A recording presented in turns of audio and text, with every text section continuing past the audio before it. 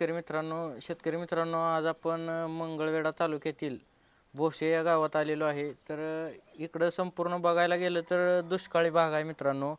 इथं या रानात बघायला गेलं तर संपूर्ण कोसळाचा भाग आहे आणि इथं कोणतंही पीक घेता येत नाही आणि उन्हाळ्यात इकडं प्यायच्या पाण्याची सुद्धा टंचाई असते. अशा भागात यांनी किती गाई आहेत? 15 गायींचे संगोपन केलेले आहे. तर संपूर्ण इकडं बघायला गेलं तर हा भाग दूध व्यवसायावरती चालतो. तर आता सध्या दुधाला दर पण कमी आहे.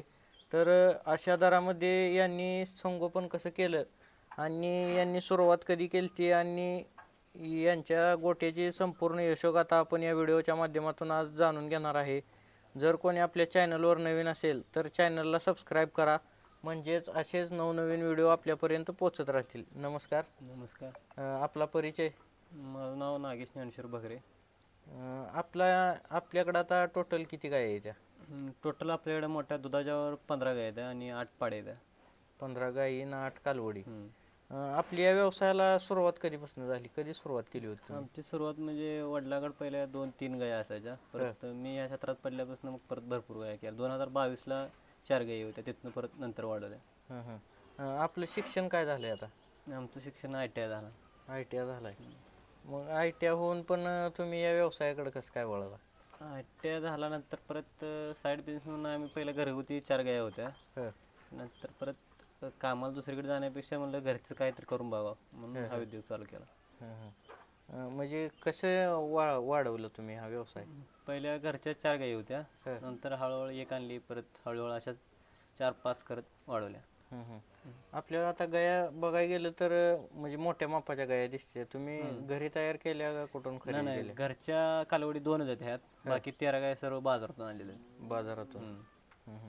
मग आता इकडं संपूर्ण बघायला गेलं तर दुष्काळी भाग आहे. मग इकडं चाऱ्याचं ही व्यवस्थापन ह्यांचं कसं असतं ना? चारा मकाचा जास्त प्रमाणात हे घेतं, म्हणजे मका जो वाळा चारा आहे तो चालतो आमच्याकडे. आणि मुरघास असतं, मुरघास जरा बक्कळ प्रमाणात करून ठेवायचं.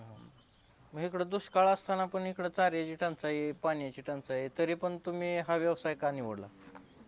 पाणी टंचाई आहे, पण दुधाला त्या टायमाला जरा जादा दर होता, त्यामुळे दूधधंदा परवडत होता. आता सध्या दूधधंदा बघायला गेलं तर तोट्यात आहे सध्या. किती दर आहे आता? म्हणजे ह्यातनं काय राहते का आता सध्या? 26, 27, 28 रुपये, 27 रुपये दर आहे. त्या टायमाला जर्सी केल्या टायमाला 35 रुपये दर होता. काय काळाला 38 रुपये दर झाला. त्या टायमाला जर्सी परवडत होत्या. 50% गेलं तर 50% तर राहत होतं. आता त्यात 80%, 90% त्यांना लागते, 10% तर राहते त्यात.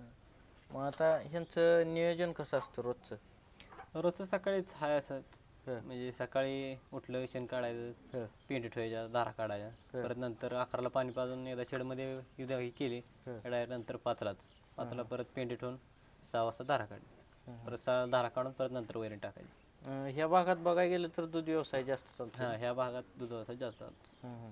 म्हणजे इथं पिकं वगैरे शेतीत तर काय येत नसेल? पिकं नाही, पिकं फक्त हंगामी 2च निघते ती. आपले मका पाऊस पडल्यानंतर ती पण मका निघते, पाऊस नाही पडला तर फक्त ज्वारी, पिकच निघत ना दुसरं. म्हणजे सगळी बघायला गेलं तर म्हणजे इकडं दूध व्यवसायावर चालते. बाकी सगळं दूध व्यवसायावर चालतं. आपल्याकडं आता दुधाच्या किती गाय यायच्या? आमच्या साईड 12 चालू गाय आहेत आता. 12 चालू आहे. किती संकलन असतं आपलं रोजचं? तरी पण 180, 90, 200 लिटरच्या आसपास जातं. म्हणजे किती गाय तेवढं दूध जाते म्हणलं? 12 गाय आहेत. 12 गायात 180 लिटर दूध. आपल्याकडं आता किती लिटरपासून किती लिटरपर्यंत दूध देणार गाय? आपल्यात 8-9 लिटरपासून ते मग 12, 13, 14 लिटरपर्यंत दूध आहे. दूध वाढीसाठी काय केलं पाहिजे? दूध वाढीसाठी त्या पहिल्यांदा गायीवर डिपेंड आहे, ती गाय केवढी आहे, काय साईज आहे, त्यावर डिपेंड आहे ती किती दूध देणार. मग सध्याला आता दूध दर कमी आहे म्हणल्यावर कमी गायीमध्ये जास्त दूध निघणं गरजेचं आहे, तरच हा व्यवसाय म्हणजे थोडाफार तरी परवडणार आहे. मग तुम्ही कसं नियोजन केलं यात? आता 10-12 गायात 180 लिटर दूध म्हणजे भरपूर दूध आहे. काय त्या मागचं म्हणजे कसं नियोजन? काय नाही, पहिल्यांदा गाय खरेदी करताना चांगली बघून HF जातीची दूध जरा जास्त देणारी दूध पहिल्यांदा खरेदी करायची. नंतर ते काही झाले तरी पण दूध जरा बऱ्या प्रमाणात देते, कमी निघत नाही दूध. म्हणजे काय काय आहार देता तुम्ही गायींना आता? सकाळी सध्या तरी वल्ल असल्यामुळं, आता पाऊस असल्यामुळं मकवान चालू आहे. हां. आणि दोन्ही टायमाला पण मकवानच आहे. परत उन्हाळ्यात मग एक टाइम मुरगास आणि एक टाइम मकवान. मग ती बाहेरून परत उन्हाळ्यात वैरण काही पडली आहे, मग ती हरभऱ्याचा भुसा येतं, मग ती एक टाइम द्यायचा. म्हणजे ती किती प्रमाणात? ती एका गेलं साधारणपणे एक 7-8 किलो 7-8 किलो जातं. म्हणजे हरभऱ्या भुसानं गाईवर काय परिणाम होत नाही? गाभण ही जायला काय त्रास करत नाही? नाही नाही, ते जास्त प्रमाणात नाही चारायचं. एक टाइम ते बी 2 महिने चारायचं. ते बी वैरणाअभावी चारा लागतं. म्हणजे आता इकडे या भागात बघायला गेलं तर तुम्ही 2च पिकं म्हणजे वैरणीची घेता. वैरणी 2. मग ह्यांचं चाऱ्याचं नियोजन वर्षाचं तुम्ही कसं करून ठेवता? उन्हाळ्यात ही काय अडचण येते? घरची घरून किती साठतोय बघायचं. घरून एक 40-50% साठतो, 50% बाहेर विकत आणायचं. म्हणजे किती दिवसाचं नियोजन करून ठेवता तुम्ही सारे? आता साधारणपणे आता एक 40 टन मुरगास केलाय, आणि नंतर पुढच्या पिकाला एक 20 टन करायचा, म्हणजे ह्याच्या नंतरच्या. आणि परत जे काय राहील ते 50% वैरण बाहेरून विकत घ्यायची. मग विकत घेऊन हा व्यवसाय परवडतोय का? विकत घेऊन परवडतो, म्हणजे त्याला दुधाला 35 रुपये रेट झाला तर परवडतो. सध्या कायच परवडत नाही. मग तुम्ही म्हणला विकत शेवटी घेतल्याशिवाय तर पर्याय नाही, त्यामुळे घ्यावं लागतं. आता एखाद्या तरुणानं जर या व्यवसायाला सुरुवात करायची म्हणलं तर त्यानं कशी सुरुवात केली पाहिजे? आणि सध्याला या व्यवसायात उतरलं पाहिजे का नवीन पिढीने? सध्या नवीन पिढीने दुधाचा दर तर कमी आहे. ते घरची शेती बकळ असेल, त्याला जर बाकीचं असेल म्हणजे वैरण पाणी त्या सगळं नियोजन जर असेल तर त्यांनी जर्सी करावं. जर नवीन आहे, परत त्याला घरची वैरण नाही, परत घरची कोण हे करणार, घरची राबणार नाही ती, तर त्यांनी करू नये. जर करायचं म्हणलं तर कशी सुरुवात केली पाहिजे? पहिलं ना काय, आपण आहेच म्हणजे घरचीच 1-2 गाई आणायच्या, परत त्यानंतर परत ज्यादा उत्पन्न झालं परत 2 आणायच्या, असं वाढवत. आपल्याकडं आता कालवडे पण आहे त्या म्हणलं तुम्ही, म्हणजे घरी तयार केले त्या का विकत आणले? नाही, घरचे जाते कालवडी, सगळ्या घरचे जाते. घरच्या जायच्या.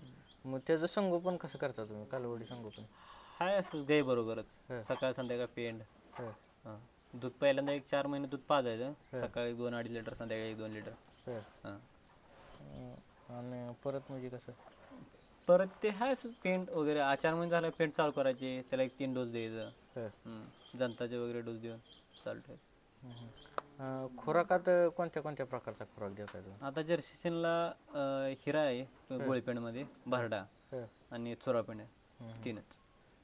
आता दुधाला दर पण कमी, मग म्हणजे त्याविषयी काय आंदोलन ही होती ती? मग दर किती असला तर परवडते दुधाला? गायच्या दुधाला कमीत कमी एक 30-32 रुपये तर प्लस रेट पाहिजे, मग कुठं तर शेतकऱ्याला एक 20-30% राहतंय.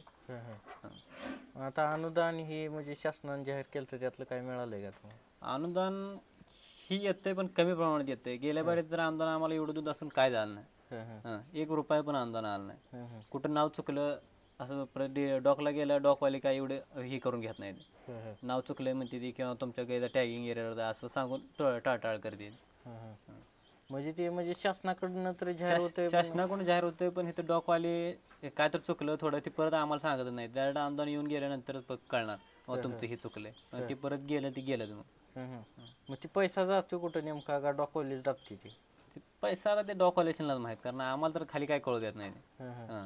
म्हणजे ह्यावर तुम्ही शेतकरी हे काय म्हणजे आवाज उठवत नाही का काय? शेतकरी काय आवाज कसा उठवणार? वरनं तर अनुदान ते डॉकवाले म्हणते ते आले, आमचं तर काय चुकले आम्हाला ही नसते, त्यावर त्यांना माहित असते, ती सांगत पण नाही. ते तुमचं बाबा हे चुकलंय, बँकेचा नंबर चुकलाय, काय सांगत नाही. आम्ही जर कागद सगळे ओके दिलेले असतील, मग ते एकदा अनुदान येऊन गेलं, परत 2-3 वेळा हेल्पड घातलं ते टाळटाळ करतात, परत कोण सारखं हेल्पड घालत असं. म्हणजे ते परत मिळतच नाही का? एकदा अनुदान गेलं परत ते रिटर्नला यादी आली नाही. गेल्या बारीचं पूर्ण 5 रुपये अनुदान होतं, 1 पण रुपये अनुदान नाही. ह्या बारीचं आता ह्या 2 मास्टरचं अनुदान जमा झालं. म्हणजे ते कसं जमा झालं? ह्या 2 मास्टरचा स्वतःही जरा हे केलं, लक्ष पण दिलं, त्यामुळे ह्या गेल्या 2 मास्टरचं अनुदान जमा झाले. गेली जी बाकी आमच्या 4-5 महिन्याखाली अनुदान होतं, 6-7 महिन्यात, ती काय झालं ना आपल्याला. मग आता किती रुपयानं जमा झाले अनुदान? हे 5 रुपयानं अनुदान जे मागचं जेव्हा जून-जुलै होतं ते तेवढं जमा झालं. म्हणजे अनुदान बऱ्याच शेतकऱ्यांना अजून जमा झालेलं नाही, बऱ्याच शेतकऱ्याला होत नाही. त्यासाठी काय केलं पाहिजे? तसं प्रत्येक शेतकऱ्याला जे ह्याला अनुदान देण्यापेक्षा डायरेक्ट डेअरीला दिलं तर अनुदान ही होईल ना, डायरेक्ट डायरेक्ट डॉकला जे अनुदान येते ते डेअरीला दिलं तर डायरेक्ट शेतकरी खात्यावर ऑटोमॅटिक जाते ना, पगार सगळं ऑटोमॅटिक 10 दिवसाला अनुदान जमा होतं. तुम्ही शासन पहिल्यांदा डॉकला देतंय, डॉकचं अनुदान काय सगळं 100 शेतकऱ्याला तर 100% शेतकऱ्याला जातच नाही.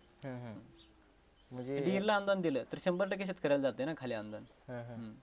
म्हणजे शासनानं बी डेअरीला अनुदान दिलं पाहिजे. म्हणजे तिथून शेतकऱ्याला आता तुम्ही म्हणला अनुदान काय जण जमा झालं नाही, मी त्याला काय काय कागदपत्र मागते, ती काय प्रोसेस आहे त्याची? त्यांची प्रोसेस प्रत्येक वेळेला बिल आहे, टॅग आहे, कशासाठी? तिचा नंबर आणि शेतकऱ्याचा ही जर आधार कार्ड जोडले त्याला प्रत्येक वेळेला. ते काय ना काय त्याला 15 अंकी नंबर आहे, त्याला एक जरी अंक चुकला बाबा आपल्याकडून किंवा भरणाऱ्या कोणतं ती प्रत्येकीच्या काही आंदोलन देत नाही किंवा शेतकऱ्याचा आपण आंदोलन देत नाही. त्याला अकाउंट नंबर आहे, त्याचा आधार नंबर, बँक, परत त्याला मोबाईल नंबर लिंक पाहिजे. प्रत्येक शेतकऱ्याला नसते ना असं. मग ह्यात आता शासनानं काय बदल केला पाहिजे? शासनात काय फक्त जे पहिले जे डॉकला अनुदान देते ते त्यांना डॉकला पण द्यायचं आहे, डेअरीला पण द्यायचं आहे. डायरेक्ट डेअरीला जरी दिलं तर शेतकऱ्याला 10 दिवसाला पेमेंट जे निघते दुधाचं ते प्लस मध्ये ते ऑटोमॅटिक होऊन जाते ना. कुठल्या शेतकऱ्याची गाळागोळ होत नाही, कागद गाळागोळ होत नाहीत, काय नाही, कारण डेअरीवर झालेलं असते ना. मग सध्याला आता हे दूध व्यवसाय म्हणजे काठोकाठ चालू आहे म्हणायचं, परवडत तर नाही. परवडत सध्या ते काहीच परवडत नाही. किती दर पाहिजे सध्या म्हणजे दुधाला? कमीत कमी 32 रुपये रेट असला तर शेतकऱ्याला थोडंफार परवडतं. कमीत कमी दुधाला 35 रुपये तर रेट पाहिजे. 35 रुपये रेट पाहिजे. त्यासाठी सरकार तर काय हालचाल करत नाही. सरकार हालचाल करत नाही, सध्या तरी हालचाल करत नाही. आता इलेक्शन ही आली ती त्यात काय रेटवर परिणाम झाला आहे म्हणजे कमी? इलेक्शन आलंय तरी पण रेट कमीच आहे. इलेक्शन आधी नव्हतं तरी 32 रुपये रेट होता, इलेक्शन आल्यावर 26 रुपये रेट आहे सध्या. आता बरेच शेतकरी बी काय करते ती गोट्यावर बंगला बांधला आणि हे नसल्या हिशोबात टाकते ते गोट्यावर बंगला बांधलेला नसतो त्याने, त्यांचं बॅकग्राऊंड दुसरं साईड बिझनेस काहीतरी असतो. नुसतं जर्शीवर असं कोणीही आज तागायत बंगला बांधला नाही, किंवा त्याचा काहीतरी दुसरा साईड बिझनेस किंवा शेती बक्कळ असं काहीतरी असतं. ह्यातनं फक्त म्हणजे आपलं घर जर्सी दुधावर असं काय एवढी प्रॉपर्टी कमवता येत नसते, दुसरं काय जर असलं तरच त्याचं.